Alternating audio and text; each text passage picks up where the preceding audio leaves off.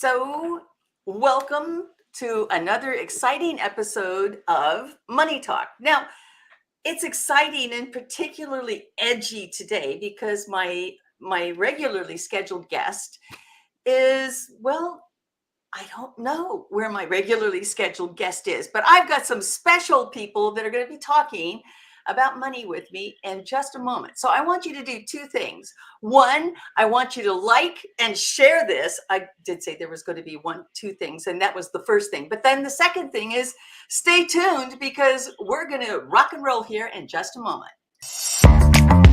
Linda gave me the courage, the confidence to move forward. And after I was finished with Linda Kaye's training, I was at the next level. It's Linda Kaye. When you trust that piece of you that says, I got something to give, I have something to say, you know you've got something to do. Get on your feet, shake your hands in the air. Welcome to the stage, Linda Kaye.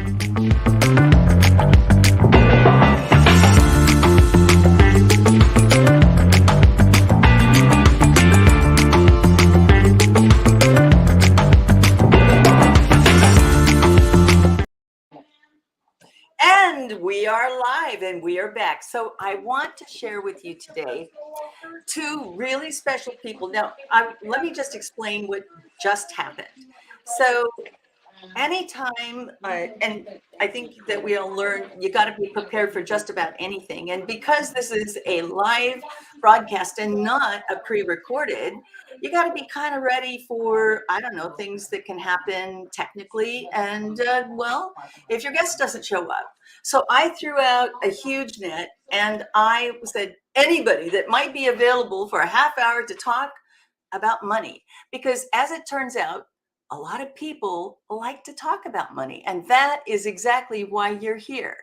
So I'm going to ask my two special guests to join me here in the studio. One is going to be joining by voice, and that is Lauren Norris. And I'll tell you, Lauren will talk about one of his podcasts. And then another really special guest is my cousin, David. And David knows a whole lot about money because it seems to be coming out of the ground and he knows where it is. He talks oil, and that is money. Joining me. So, welcome. Hello. Don't you just love being put on the spot, Dave? You know what? I'm good with it. It happens daily, so we're good.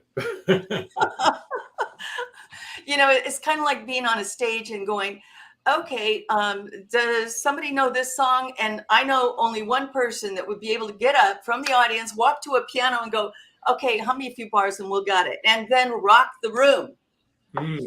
And that would be. Now, if I could make a true business out of that, that'd be excellent. But so I think that one of the thing that I want people to know about is a little bit about what do you do for a career living? I am in IT. I work on databases.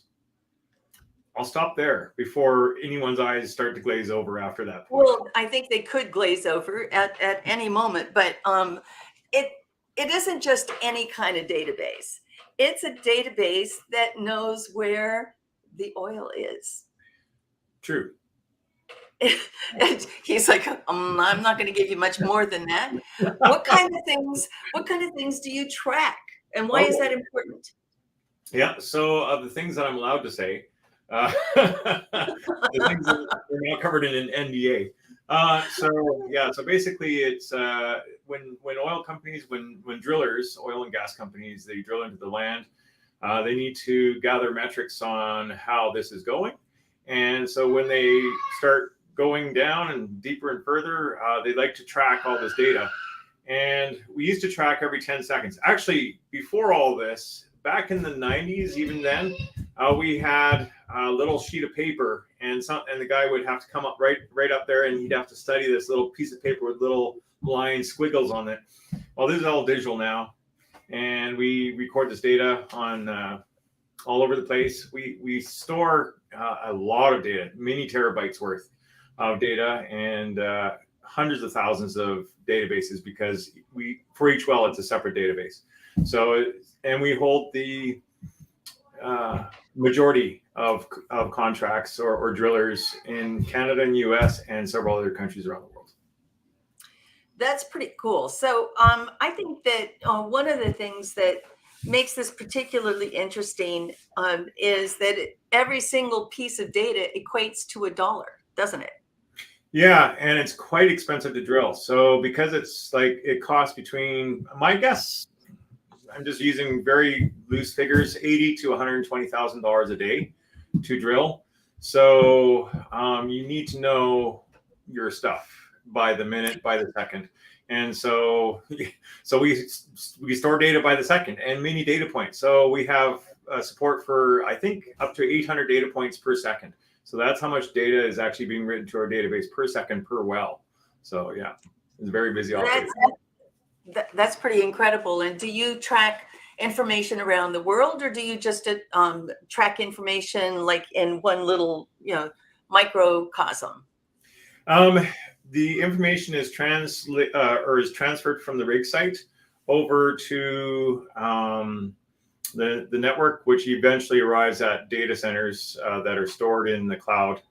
But from the rig site to the data center is the interesting piece, because we set up a satellite dish or cell kind of network. I don't know that technology as well, but I do know that we were, and we still might be, Canada's largest satellite customer because of this. So, yeah. Yeah, I know back in the day when I was in technology, I know that there are going to be people that are laughing, thinking, "Oh my God, Linda, technology?"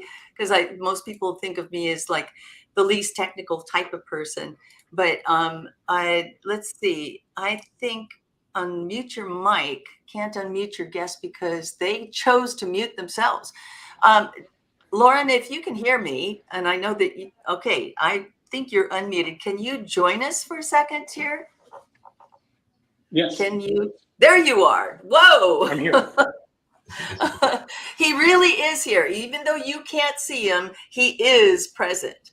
So I know that you guys are thinking, well, David's talking about databases and Linda's talking about money, and databases make money. And Lauren, you talk about a lot of different things, and you also have your own podcast. Can you talk to our audience about what that podcast is and what is it about? Well, so Leading Leaders podcast is the one that started almost 10 years ago. This morning was episode 1,500. And the real purpose of the podcast is to take what we might consider the high level, top shelf. You think of you go to the bar and you ask for the top shelf tequila, it's the best of the best. But if you go to the library, the books that are at the top are usually resource manuals. If you go to any bookstore, it's the deeper studied research manual. That's what stays on the top shelf because most people don't care. But my objective with the Leading Leaders podcast is to take that more intense, that more researched, that deeper level leadership concept and bring it down to an everyday level. For a long time, our audience, the podcast audience, before Facebook made algorithm changes, we were reaching about 500,000 people with every episode, about 500,000 people a month. And the majority of them were males 18 to 25. And so really taking the concepts that maybe your dad would have taught you or your professor would have taught you, or if you had a mentor or a coach, they would have taught you, and making those available at no charge to as big of an audience as we can. That has been the objective and the purpose of Leading Leaders podcast from the very beginning. And it's and thank you for saying that, Lauren, because this morning's topic was supposed to be talking about leadership. So I'm going to see if I can blend a question that both of you will be easily able to answer, and I will feel like, wow, I really covered the things that I wanted to cover. And thank you both for being so responsive and so willing to jump in and help me save face. So thank you for that. Let's talk about, where does leadership begin? And I personally think about leadership starting in a family. So how important is leadership in your family? And David, I want you to start with that. Yeah. So if you think of a thermostat versus a what's the thermostat versus a thermometer? I find that leadership is a thermostat. It sets the tone, it sets the temperature, sets things in the house. And so when things are running hot from the leadership, the little gauge says, "Oh, things are getting a little hot." If the thermostat, if you turn the thermostat down a notch, it's reflected everywhere else. And that's what I see. That's a simplified, wonderful little analogy that I heard years ago about leadership in the house. Yeah. I like that. But what happens, Lauren, when there isn't leadership in the house? Well, I heard someone say earlier this week, in fact, it was one of my episodes on the podcast this week. He said, you know, when there's a heat wave, breaking the thermometer doesn't stop the heat wave. And so to go to the same analogy that Dave chose there, when there's not leadership in the home, when someone doesn't have control of themselves, their attitude, their emotional reactions, the way they behave, then what you do see is leadership, as my mentor, John Maxwell, says, is influence, nothing more and nothing less. So people do what people see. If dad is out of control, if mom is out of control, if anger and disruption and bad habits are the flavor of the day, then it doesn't just stop with the individual who's lost control of themselves. That resets the temperature of the home, and everybody talks that way, reacts that way, yells at the cat, yells at the dog, kicks the kid. You know, the list just goes on, because a lack of self-control is probably the first place that bad leadership shows up. Unfortunately, that lack of self-control can be seen in almost every version of crime, every level of corruption, whether you're talking about banking or politics or just infidelity in a home. It's all goes back to self-control, and that's where leadership really has to start. So what would you say that three of the most important things you could provide in your own family? Then I'm speaking to you as men, men of God, men of family, men of promise. What are the three most important things that you think are key to leadership in your own family? Dave, you want to take that? Sure. I got to narrow it down to three. Okay, so it's only a half-hour show, Dave. So give me a break. Yeah, there's only three. And you know what? I know that our other wonderful guest this morning is used to distilling things down quite nicely in a podcast, and I appreciate that. So, and now I'm starting to appreciate it right now as I speak. Anyways, the first, I think the first thing is a spiritual grounding, starting the day off with a meditation and grounding, and just having the right or a solid foundation to the starting of the day, and making this a habit every day, and understanding from a 30,000 foot high view where things are. And then from there is slow to respond. Like if anything does make your blood boil at times, like whatever, if anyone says anything or whatever and sets you off inside, give yourself a chance to slow down and count up to 10 if necessary before you respond. And then oftentimes I find that some people do that 100-point lead way, but yeah, I take your point. And what is your third, Dave? Yeah, and I would say the other one is the third one is putting others ahead of yourself. Just giving their welfare ahead of your own. Thinking of them first. Of course, your own personal needs are very important, and not to underestimate that. But also, as a leader, you're serving. So yeah, it's so true. And having the heart of a leader is also key. Lauren, what would you say the number one thing is? Well, I think it starts with identity. You got to know who you are, and you got to know whose you are. From a faith position, if your decisions are made based on your core values, but you don't know that you are the son of the king, then your decisions are going to be made based on convenience, on what's most important in the moment. And when you lose sight of that identity, I know if you've raised kids at all, you've probably said, just remember whose you are when you're out in public. You don't want your children to embarrass you. And Abba Father doesn't want us to embarrass him either. But when you lose sight of that identity, then you act a fool in front of your kids, in front of your wife or your spouse, in front of the people that you're supposed to be serving as a leader by demonstrating the way they should go. So I think identity is an absolute key. Who are you and whose are you? I think that is really, really an incredible point. How important is the mate that you choose, Lauren? Well, I've had mine for almost 30 years, 29 years, September the 3rd. So we've already started planning our 30th anniversary.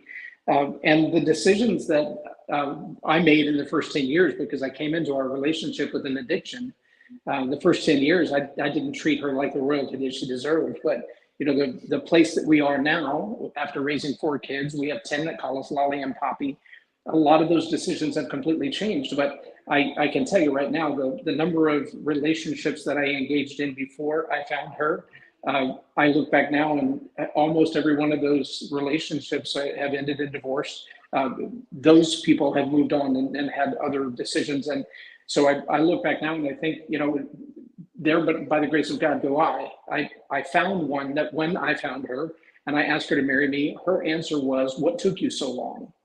And in all the times that I've tried to sabotage the relationship and told her she could have done better and, I'm fat and unlovable and you should give up on me, her reply has always been, "God sent you as a gift to me and I will not leave." And I literally, I could tell you the day, I can tell you where I was parked, I can tell you what I was driving, I can tell you what the day had been like. There was a time that I screamed at the top of my lungs, "Get the F out of my truck." And she looked at me with a very calm and passive, serious tone with tears in her eyes, and she just said, "No."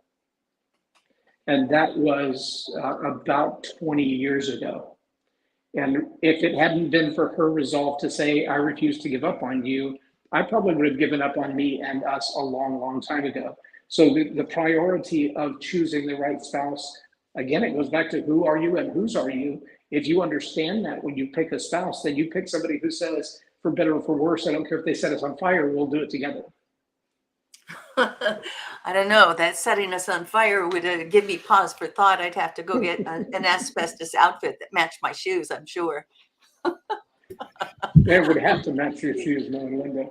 Probably be red. Definitely red. Oh my God. So let's shift gears just a little bit. And we've seen that the origin of leadership starts in your home, and how you both as leaders and long-term relationships. David, how long have you been married? 27 years. Yeah. Wow. So you guys have been married almost about the same amount of time. And okay, so this is completely coincidental, but how many children? 3. We have one that's 23 years old and another 2 that are 8-year-old twins. Yeah. And so you both have roughly about the same.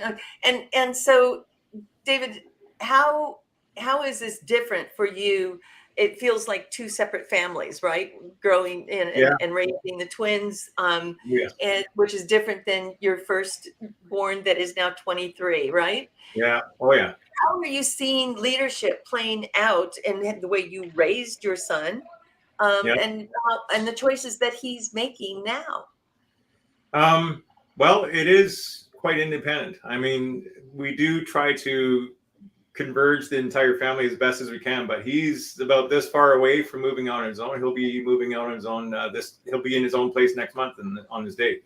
So he's already moving to his independence. But during the transition years, doing whatever we can to combine the kids' involvement with each other as best as we can, so that he doesn't feel like an uncle. He feels more like a brother. Yeah. And with that age difference, I think that was an important decision on you and Karma's behalf, that was going to be the way you were going to raise the kids. Yeah. And so thank you for that. I appreciate that answer. Lauren, how does leadership play out in the business world, and how important is that leadership as it relates to the success of a company or the success of your own business? So Dave mentioned something a while ago when he said, you've got to realize that you're serving others. And there's a real key word in there called selflessness. But we're beginning to see a society shift. In fact, I was listening to someone the other day just recount 3 different engagements they'd had over the last 30 days where the business that they were paying to serve them didn't want to serve them. In fact, one of them just straight up came and said, "Yeah, I don't think I want you as a customer anymore." And he's like, "We spend millions with you." And they're like, "Yeah, but we don't like you." And you're like, how does that work? So leadership has seen some major shifts. I mean, if you've been to a Taco Bell lately, you probably have gone to the little kiosk and ordered your own food. And back in the day, when a human would take your order, you would place your order, pay for your order, get your receipt, and they would give you your drink cup right then. Well, today, if you order on the kiosk, it's almost like pulling teeth to get someone to simply hand you a cup. And I'm like, well, I've already done your whole job. Can you just hand me a cup so I can get my drink while I wait on my food? And I've had this debate at almost every trickle down to that comment. Lauren, there's a trickle down to that comment, because you just hit a nerve with me, because, you know, the more I do for somebody that's kind of slacking along, as a leader, we think, oh, we just need to give them a little bit of help, maybe a little bit of push. What happens when you do that? Well, unfortunately, these days, what we're seeing is companies are moving away from the customer as the number one priority and moving to the protection and the defense of the employee. And I'm not saying that that's a good or a bad thing. I'm just saying it's a completely different world than what we grew up in. And so as we see that in the retail environment and even in an HR environment or in a large corporate environment, we see that companies protect their employees more than they protect their customer. So if the customer doesn't get what the customer wants, tough luck. And so it doesn't matter how much you coddle them. Add to that just the reality, and you've seen this. You go in and place an order at the front counter. When your food is ready, you have to go back to the counter and pick up the food. When your drink is empty, you have to go to the machine and refill your drink. But what do they ask for the minute you swipe your credit card? They want a 20% tip. And some of them start at 22% and go up from there. And I'm like, you want 22% of what? All you did was take my order. For heaven's sake, the iPad's right here. I could have done that myself. You know, So I think there's going to be a backlash to that kind of thing too, Lauren, because I think that I've seen more comments about, why is there an expectation to get a tip when I'm only asking you to do your job, right? Well, and in a time when, you know, the bigger scare for me is when you type that in that iPad and you give that tip, who knows whether or not that employee actually gets that tip? Or has the company simply instilled that into the process? You know, I remember back in the days of marketing, if you sold somebody something, the idea was you would have an add-on. Well, yeah, you got to French fries. Would you also like some ketchup or a dipping sauce? You go to Olive Garden, you get the breadsticks. Well, everybody wants to dip their breadsticks in either marinara sauce or the dressing that comes on the salad, but you got to pay extra for that. So it's a really easy upsell, just kind of an add-on. Well, if you're in a restaurant these days, that add-on may not look like you're buying something else. It may just look like the tip. And I wonder if the employee is actually getting the tip, or if it's just another way of harvesting money or skimming money for the companies that have installed these machines, because, you know, they're still getting a percentage of every transaction. Those 2 or 3 cents, those $4 or $5 add up really, really fast. Well, they do. I just saw today a post that I'm going to take a different viewpoint about that. I would say that, yeah, I found it very aggrandizing that somebody, particularly in a fast food environment, is expecting a tip when you're doing the work yourself.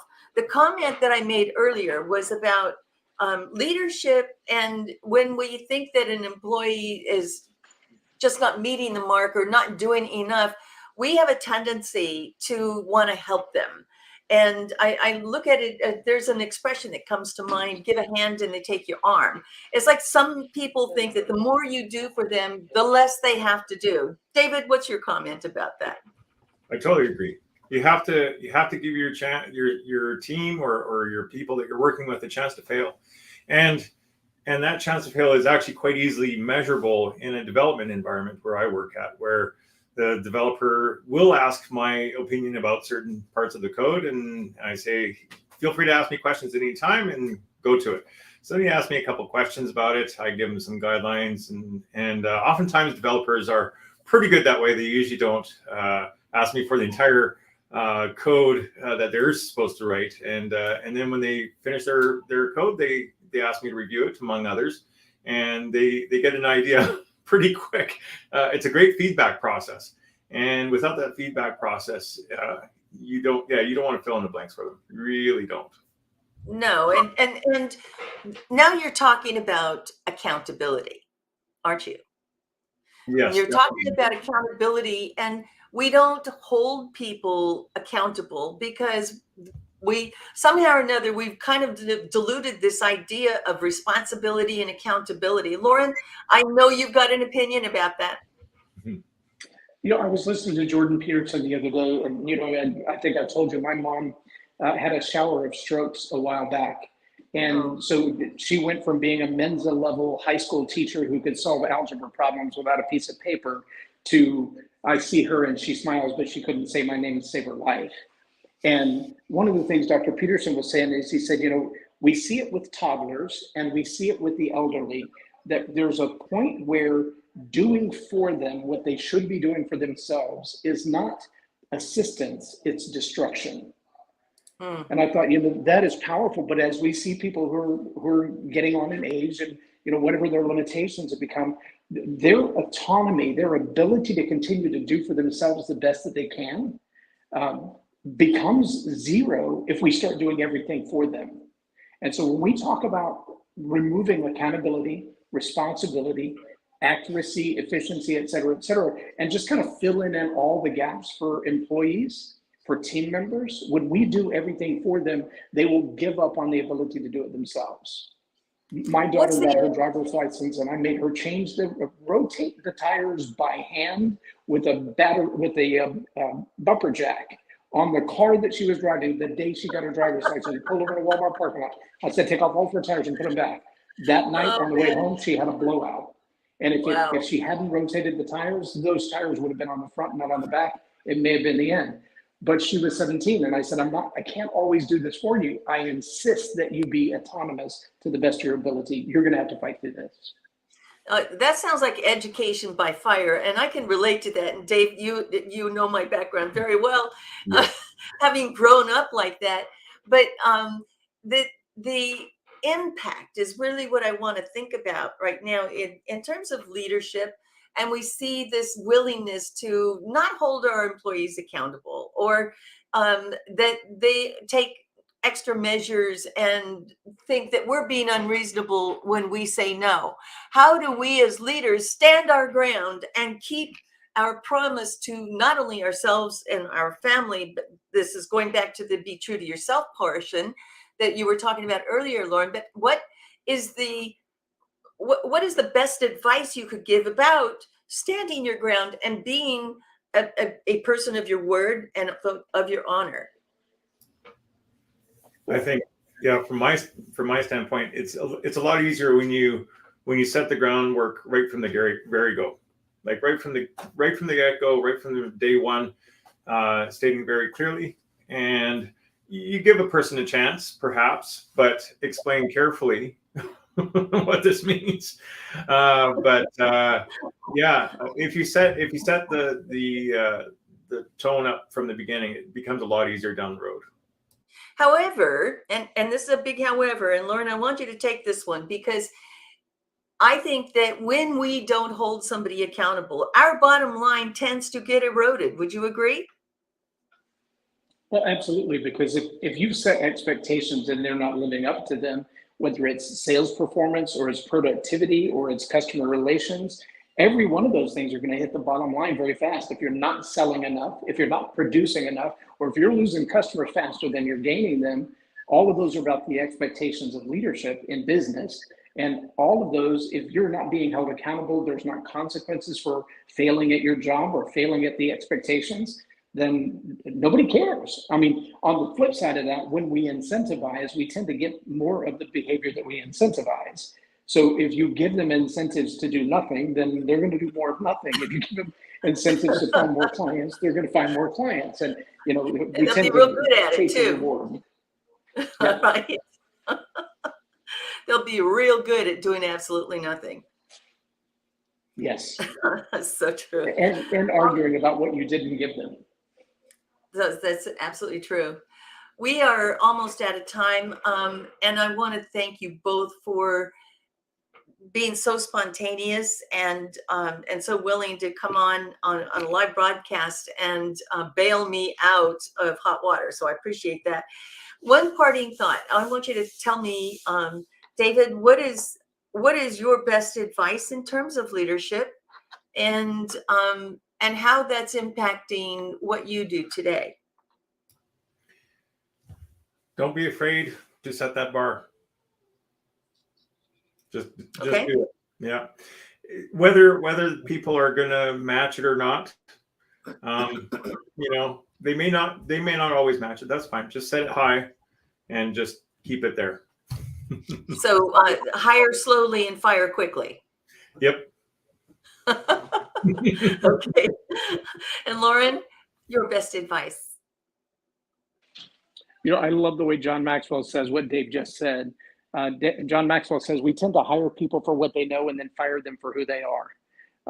Often our challenge as leaders is we look at the resume, we look at the paperwork, they filled in checked all the boxes, so to speak. But when we get them in place, we realize their level of incompetence has exceeded their ability to perform. And that's the principle. We can make that decision really, really fast, or we can make that decision really, really slow. And the real heart of that question is, are we investing in the furtherance of our organization, or are we investing in an individual? Because sometimes you make a sacrifice of an individual to save the team. And sometimes you say, you know what, the team's just going to have to buck it up because this individual is worth working through this problem until they're ready to move on. And I think that, sometimes you see this in families played out in the dynamics like that too, but the individual loss of one could make the whole greater. So I appreciate that comment. Thank you. So I really want to thank you both for being on the show today. Again, spontaneity is really all about leadership, isn't it? Because leadership requires you to think on your feet, requires you to overcome obstacles that are in your way. So this was a great demonstration of it today. So thank you both. Thank you. My pleasure. Glad to be of service. Thank you. Thank you. All right. So that wraps up another episode of Money Talk. And I want to thank you all for joining us today. If you'd like to be a guest on my show, please reach out to me, lindakay360.com. See you next week. Do you like to talk about money? If you do and you'd like to be a guest, contact me at lindakay360.com.